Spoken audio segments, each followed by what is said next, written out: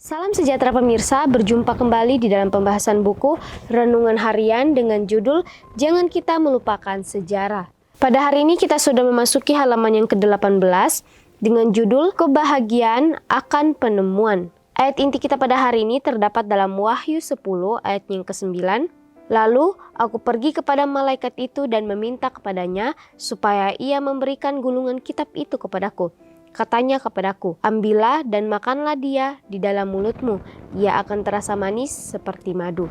Kita masuk di dalam inti pembacaannya. Wahyu 10 merupakan selingan yang menarik dalam alur 7 sangkakala.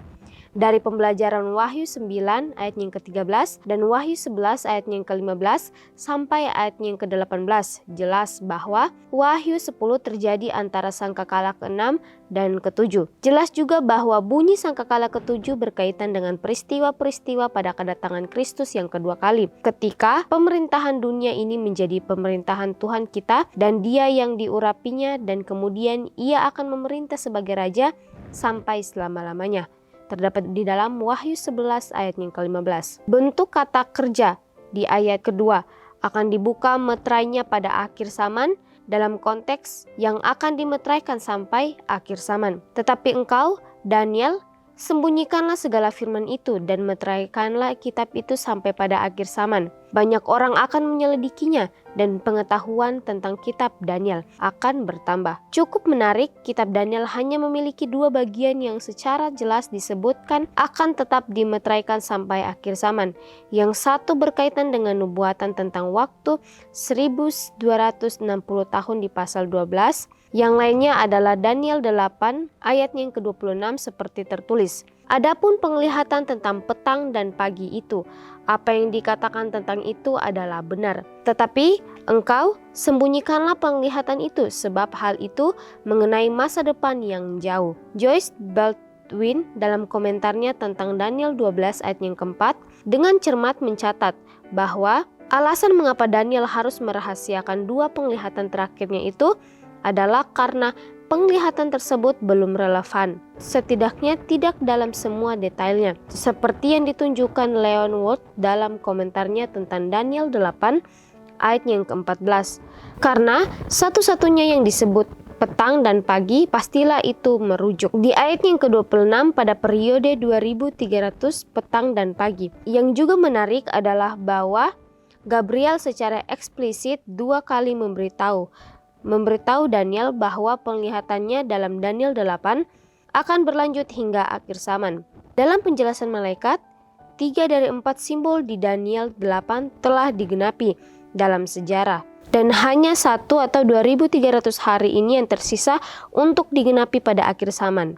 Miller menyadari hal-hal ini. Jadi ia dapat menunjukkan bahwa dalam bagian waktu di Signs of the Times edisi Mei 1841 bahwa Wahyu 10 telah digenapi dalam kitab kecil itu. Terbukanya hal itu sungguh amatlah indah. Saya tidak perlu menyatakan sukacita yang memenuhi hati saya mengingat itu adalah sesuatu yang menyenangkan akan kedatangan Yesus yang segera. Pekabaran dari buku kecil yang dimeteraikan itu memang manis, tetapi Miller seperti kebanyakan dari kita menghargai bagian-bagian nubuatan yang menurutnya dipahaminya namun melewatkan bagian-bagian lainnya. Akibatnya, entah bagaimana ia kehilangan kesimpulan bahwa pembukaan nubuat-nubuat dalam buku kecil itu pada akhirnya akan mendatangkan kepahitan dan kekecewaan. Terdapat dalam Wahyu 10 ayat yang ke-8 sampai ayat yang ke-10. Ya puji Tuhan, pada hari ini kita diingatkan kembali bagaimana kedatangan Tuhan yang kedua kali di dunia ini. Bagaimana Tuhan mengingatkan kita kembali bahwa biarlah kita mau tetap setia untuk melakukan hal-hal yang benar dan baik di hadapan Tuhan setiap harinya. Ketika kita sudah diizinkan oleh Tuhan untuk masuk di tahun 2026 ini, banyak masalah dan juga banyak rintangan, banyak cobaan yang kita sudah lewati di 2025 dan bahkan juga banyak kesalahan-kesalahan yang telah kita lakukan di 2025. Di tahun yang baru ini, terkhususnya di tahun 2026, Tuhan mengajak dan mengingatkan kita kembali bahwa kita adalah anak-anak domba yang hilang. Untuk itu Tuhan mengingatkan kembali kepada kita bahwa biarlah kita mau selalu membenahi akan diri kita masing-masing. apakah ada yang kurang dalam diri kita masing-masing? Ataukah apakah kita masih mengulangi hal-hal yang sama di tahun yang lalu kita lakukan di tahun yang baru ini? Biarlah ini mau selalu kita doakan setiap harinya. Ya, dan dari pelajaran ini juga mengingatkan kita bagaimana kedatangan Tuhan yang kedua kali. Banyak orang akan menanti-nantikan kedatangan Tuhan yang kedua kali, tetapi sedikit yang terpanggil. Untuk itu, sambil kita menunggu kedatangannya Tuhan Yesus, biarlah kita mau mempersiapkan diri kita, melakukan pekerjaan yang sudah Tuhan titipkan di dalam kehidupan kita dengan sepenuh hati kita. Dan dikatakan juga bahwa nubuatan-nubuatan sudah mulai terjadi di dalam kehidupan kita hari demi hari. Untuk itu Tuhan hanya mengingatkan kita kembali bahwa biarlah kita mau mempersiapkan akan diri kita masing-masing dengan cara kita berdoa, melakukan apa yang baik dan benar di hadapan Tuhan setiap harinya. Walaupun kita jatuh bangun di dalam iman kita, tetapi biarlah kita selalu mengandalkan Tuhan di dalam setiap proses-proses yang kita jalani. Karena ketika setan tahu bahwa kedatangan Tuhan sudah semakin dekat, setan tidak ingin dan setan tidak suka bahwa kita umat manusia lebih dekat kepada Tuhan. Maka dari itu setan melakukan banyak sekali berbagai macam tipu dayanya untuk dapat menjatuhkan bahkan menjauhkan kita umat manusia daripada Tuhan. Dan dari sini juga dikatakan bahkan diingatkan kembali bahwa tetapi Mailer seperti kebanyakan dari kita menghargai bagian-bagian nubuatan yang menurutnya dipahaminya, namun melewatkan bagian-bagian lainnya. Ya, ketika kita membaca firman Tuhan, biarlah kita mau memahami itu dengan sebaik-baik mungkin. Jangan sampai ketika kita membaca firman Tuhan, kitalah yang salah memahami akan setiap isi dari firman Tuhan tersebut. Sehingga apa yang terjadi kepada Miller ini terjadi juga ke dalam kehidupan kita. Di mana dikatakan bahwa Miller ini dia hanya memahami bagian-bagian yang tertentu saja, tetapi dia melewatkan bagian-bagian lainnya yang dia baca di dalam Alkitab. Akibatnya, entah bagaimana ia kehilangan kesimpulan bahwa pembukaan nubuatan dalam buku kecil itu pada akhirnya akan mendatangkan kepahitan dan kekecewaan. Ya, biarlah kedatangan Tuhan yang semakin dekat. Biarlah kita dapat selalu mengandalkan Tuhan di dalam kehidupan kita setiap harinya. Ketika kita ingin mendapatkan akan hadiah dari Tuhan, yaitu kehidupan kekal kita nanti di surga. Biarlah kita mau tetap setia menunggu kedatangan Tuhan yang kedua kali dan melakukan pekerjaan-pekerjaan yang sudah Tuhan titipkan di dalam kehidupan kita dengan sepenuh hati kita. Dan biarlah kita mau selalu meminta Tuhan untuk dapat membantu kita melawan setiap tipu muslihat iblis. Dengan cara apa kita melawan semuanya itu? Dengan cara kita berdoa dan memakai ketopong keselamatan Tuhan. Ya, karena berdoa adalah salah satu komunikasi kita dengan Bapa kita. Untuk itu dimanapun kita berada, biarlah kita selalu mengangkat hati kita hanya kepada Tuhan saja.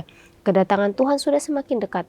Nubuatan-nubuatan yang sudah tertulis di dalam Alkitab sudah mulai terjadi satu demi satu di dalam dunia ini. Untuk itu Tuhan mengingatkan kita bahwa apapun yang kita lakukan, biarlah itu kita lakukan hanya untuk kepujian dan kebesaran nama Tuhan. Kesalahan-kesalahan yang sudah kita lakukan tahun kemarin, biarlah kita dapat memperbaiki akan setiap kesalahan-kesalahan kita itu. Memperbaiki akan kehidupan kita di tahun yang ini. Di tahun ini. Dan kita mempersiapkan diri kita untuk Tuhan datang menjemput kita yang kedua kalinya. Karena kehidupan kekal atau hadiah yang Tuhan sediakan itu hanya bisa dimiliki oleh orang-orang yang setia dan mau menuruti apa yang Tuhan kehendaki di dalam kehidupan mereka. Bahkan dikatakan di sini bahwa Tuhan, bantulah kami untuk belajar membaca dengan penuh pengertian. Ya, bagaimana Tuhan mengingatkan lagi kepada kita, biarlah kita mau meminta Tuhan membantu kita untuk dapat membuka pikiran kita ketika kita membaca akan isi daripada firman Tuhan ini. Supaya kita tidak salah mengartikan akan setiap apa yang Tuhan maksud di dalam Alkitab. Supaya kita tidak merasakan kekecewaan atau bahkan kita tidak merasakan kepahitan di dalam kehidupan kita. Untuk itu ketika kita ingin mempelajari lebih dalam akan firman Tuhan, biarlah kita dapat meminta Tuhan menuntun akan pikiran kita, membukakan hati kita, membukakan pikiran kita, supaya ketika firman itu masuk, kita boleh dapat mengerti akan setiap apa yang Tuhan maksud di dalam setiap Alkitab yang kita baca. Ya, baik pemirsa, mungkin ini saja pembahasan yang bisa saya bahas pada hari ini.